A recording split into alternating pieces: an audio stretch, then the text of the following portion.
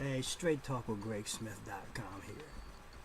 With a week outside of the election, a whole week, time should have fly. You know, we are hearing a lot on the news that Hillary Clinton won the popular vote. Now, that being said, the popular vote should have put her in the White House. Right now, as we speak, she's accumulated, Hillary Clinton, over 1 million votes, popular votes. They should have put her in the White House. But this so-called thing with how we in this country elect presidents, called the electoral colleges, has prevented Hillary Clinton from being president-elect. Why? Well, I'm not going to explain it to you, but here's a video clip from the night after the election by Lawrence ODonnell on MSNBC. And it gives you a brief history on what this so-called democratic thing called the Electoral College was supposed to do and what it has done. You think for yourself what this is. We say we are a democratic country. You say our voices count, our vote count. Well, listen to this on how the Electoral College may change of what we saw today. But first, in the coverage of today's ritual, there was an important historical fact that was lost. She won. She won the popular vote. Hillary Clinton got more votes than Donald Trump did. She won the presidential election held on Election Day, but that's not enough to win the presidency because we don't elect a president on Election Day. The Electoral College elects a president when they meet on the first Monday after the second Wednesday in December. Now, you know you're deep into the world of ritual when your meeting must occur on the first Monday after the second Wednesday in December. It sounds like you're deep into the world of cultish superstition. Those words are actually written in law to specify when the Electoral College meets. And just by reading them, just by saying them, you can feel the absurdity of the Electoral College, how outdated it is. The Electoral College is one of the most enduring mistakes of the Founding Fathers. And the two men who designed the Electoral College would be horrified at what it has become. They believed that the way it operates today was unconstitutional, a serious violation of the spirit of the Constitution. The Constitution was written by men who did not trust voters. They didn't trust them completely. In the federal government, they allowed voters to elect only members of the House of Representatives. The Constitution said that senators would be elected by state legislators. That wasn't changed until 1913. The Founding Fathers clearly thought that the job of senator was too important to be decided by the man on the street. And that was back when most people couldn't vote. No women were allowed to vote. No slaves were allowed to vote. And only certain kinds of men were allowed to vote. In some areas, you had to own property to vote, indicating that you were a man of substance, a man of judgment. That's what the electors in the Electoral College were supposed to be. Men who could be trusted to choose a president because, in Alexander Hamilton's words, they needed to be men who possessed the information and discernment to make that decision.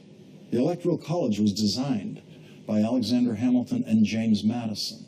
Their idea was that on Election Day, voters would vote not for the president, but for an elector, someone smarter than themselves, who then would vote for President of the United States when the Electoral College met at a later date. That date was formalized in law in 1887 as the first Monday after the second Wednesday in December.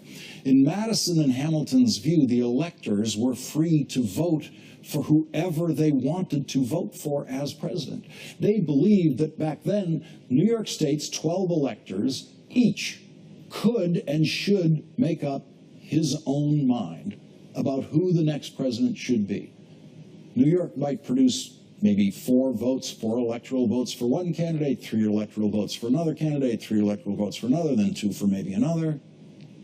They didn't want New York State's electors to get together and make a political deal to all vote for the same candidate.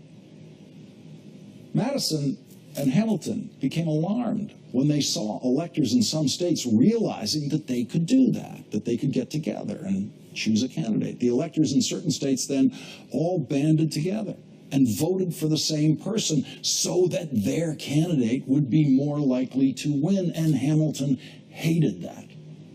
And he hated even more the idea that some of the electors would be pre-pledged to vote for a certain candidate for president. He didn't want electors who weren't going to think about who the best president would be. He didn't want electors who were pledged to a candidate and won votes from voters by pledging themselves to a candidate, which is exactly what we have right now. Hamilton said that the point of choosing electors was to make sure that the president would be chosen, quote, by men most capable of analyzing the qualities that a president should have. Hamilton didn't want robots in his electoral college.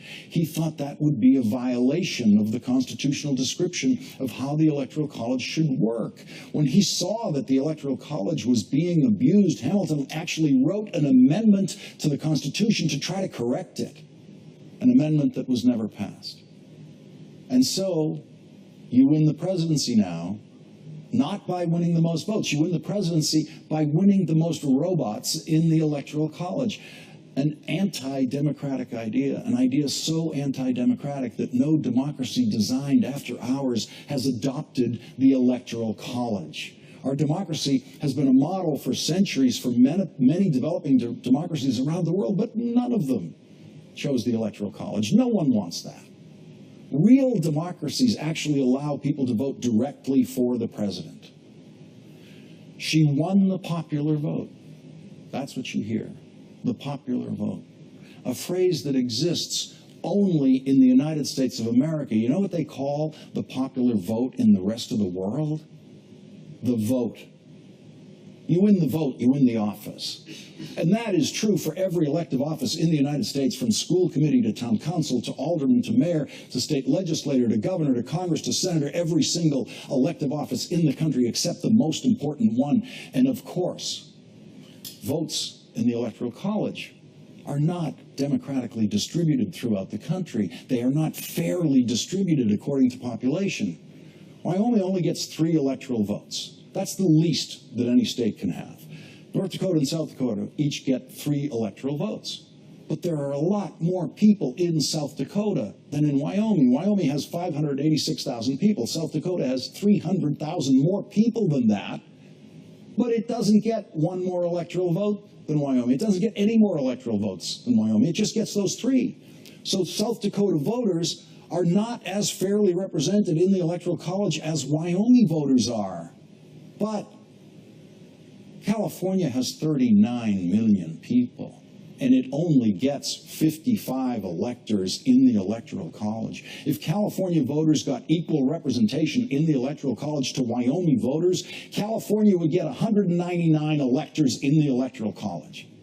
That is how wildly unrepresentative of actual American voters the Electoral College is.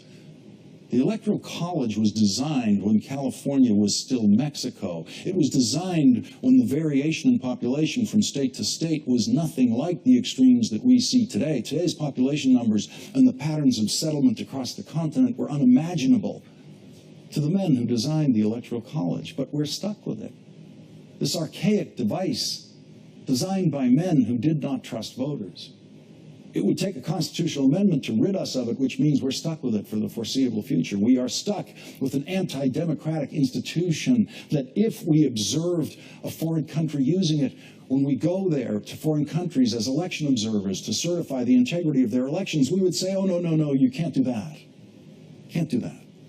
I've been an election observer in foreign countries on election day, watching people vote.